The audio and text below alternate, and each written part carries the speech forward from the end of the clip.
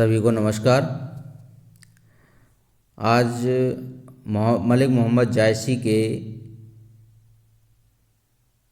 पद्मावत से जो महत्वपूर्ण पंक्तियों की श्रृंखला चल रही है उसका यह 5वां वीडियो प्रसारित किया जा रहा है।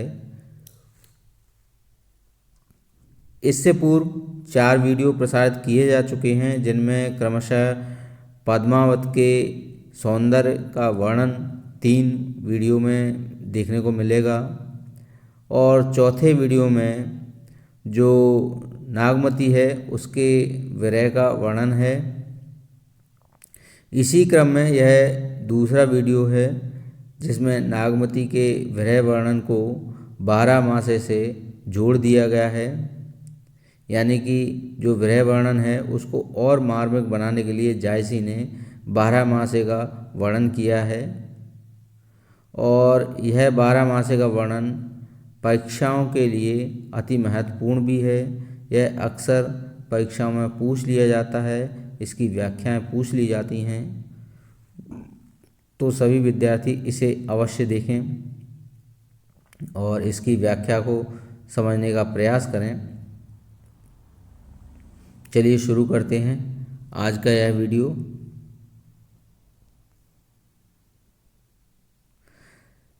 चढ़ा असाद गगन घन गाजा, साजा विरह कुंद दल बाजा। धूम श्याम घोरे घन घाए, सेत घुजा बगुपांत दिखाए। खरग बीज चमके चहु ओरा, बुंद आन बरसे घन घोरा। अद्रा लाग बीज भुई लेई, मोहे पियु बिन कौन आदर देही। ओन घटा चाई चहु फेरी, कंत उबारू मदन हो घेरी। दादुर मोर कोकिला पीऊ, गिरे बीज घट रहे न जीऊ। पुख नखत सिर ऊपर आवा, हो बिन ना मंदिर को छावा।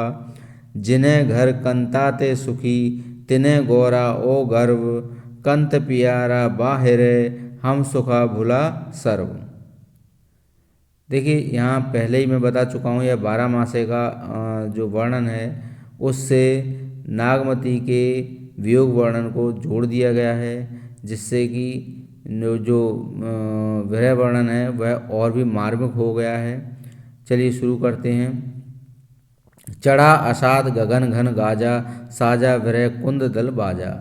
यहाँ पर प्रत्येक ऋतु को जो विरहिणी है उसके साथ मार्मिक रूप से जोड़ा गया है और विरहिणी पर उसका मार्मिक प्रभाव कैसे पड़ रहा है इस प्रभाव को दर्शाया गया है। इस 12 मासे का प्रारंभ आषाढ़ मास से शुरुआत की गई है। जो प्रारंभ है उसका आषाढ़ मास से किया गया है। तो चढ़ा असाद गगन घन गाजा, यानी कि आषाढ़ माह में जो बादलों ने गरजना शुरू कर दिया है, इस उपयुक्त जो अवसर को पाकर जो विरह है उसने अपने काम रूपी जो दीपक है उसके तत्वों ने अपनी सेना को सजा लिया है। साजा विरह कुंद दल बाजा। और जो विरह की जो काम की जो दीपक तत्व हैं उन्होंने अपने सेना को सजा लिया है और वे जो नागमती है उस पर हमला कर रहे हैं। कि किस ऋतु में? आषाढ़ की ऋतु में, जब बादलों ने गरजना प्रारंभ कर दिया है। धूम श्याम घोरे घन घाए, सेत घुजा बगुपांत दिखाए। और आगे क्या कहें? धूमिल, श्याम और धवल रंग के, यानी कि जो बादल हैं सफ़ेद से काले और धूमिल रंग के, उन्होंने चारों ओर से घुमड़ने लगे हैं। वे चारों ओर से घिर आए हैं। घौने घर घन घाए, यानी कि वो चारों ओर से क्या है? घिर आए हैं।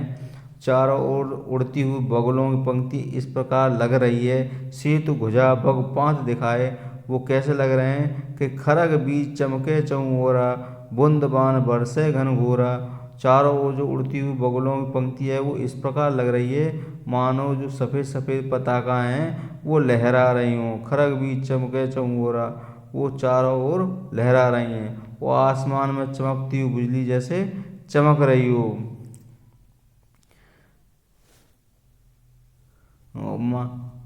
चमक रही हो। आद्रा लाग बीज भोग, आद्रा लाग बीज भोग लेई, मोय पियो बिन कौन आदर देही। और वो आगे क्या कहती हैं कि जो आकाश में चमकती हुई बिजली है वो ऐसे चमक रही है मानो तलवारें चमक रही हों। वर्षा होने पर लगता है जैसे चारों ओर बाण चल रहे हों, बूंद बाण वर्षे घनघोरा। यानी कि ऐसा लग रहा है जब वर्षा होती है तो ऐसा लगता है जिस चारों तरफ जो बूंदें हैं उनके बाण चल रहे हों। और आद्रा लाग बीज भोग लेई, मोय पियो बिन कौन आदर देई। और जो क्या कह रही है कि आद्रा नक्षत्र जो लगते हैं उसके लगते ही बिजली चमकने लगती है और वर्षा होने लगती है। ऐसे वातावरण में चारों ओर दादुर, मोर, पपीहा ये सभी पक्षी बोल रहे हैं।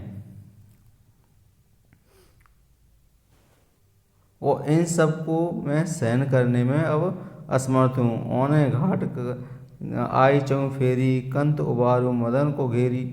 और इन सब के आने से क्या है कि मैं अपने आप को कमज़ोर महसूस करने लगी हूँ। अब मैं असमर्थ हो गई हूँ। मैं कुछ समय दादुर मोर कोकिल पीयू, गिरे बीज घटक रहे न जीव। ये जब बोलते हैं दादुर मोर कोकिला, ये जब पीयू ये सब जब अपनी आवाज़ निकालते हैं तो ऐसा लगता है कि बिजली जैसे मेरे ऊपर गिर रही है और अब घट रहे न जीव। अब मेरा जो जीवन है वह न रहेगा, मैं जैसे उनके बिछोह में मर जाऊंगी।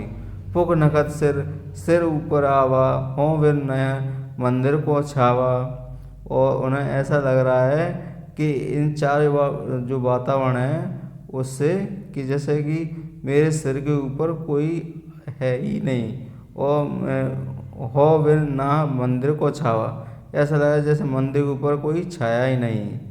जिन्हें घर कंता ते सुखी गिर, तिन्हें औरा गो गर्व, कंत प्यारा बाहरे हम सुख भूला सर्व। और मैं सारे जो सुख हैं वे सब भूल गई हूँ। जायसी क्या कहते हैं कि जिनके घर में पति हैं वे सुखी हैं, जिन्हें घर कंता ते सुखी, जिनके घर में कंत हैं अर्थात उनके स्वामी हैं, उनके पति हैं, वे सभी सुखी हैं, वे ही भाग्यशाली हैं। और कंत प्यारा बाहर हम सख भूला सर्व। और जिनके कंत यानी कि प्रियतम बाहर हैं वे सारे सुख भूल गई हैं, सारे सुख त्याग दिए हैं उन्होंने। उम्मीद है आपको यह व्याख्या समझ आई होगी। इसी के साथ यह वीडियो यहाँ पर समाप्त होता है और आप सभी लोग इस चैनल को सब्सक्राइब कर लें और जो बेल आइकन है उसे दबा लें, जिससे ऑल नोटिफिकेशन आपको मिलती रहेगी। चलिए इस वीडियो को यहीं समाप्त करते हैं, मिलते हैं अगले वीडियो में। तब तक के लिए नमस्कार।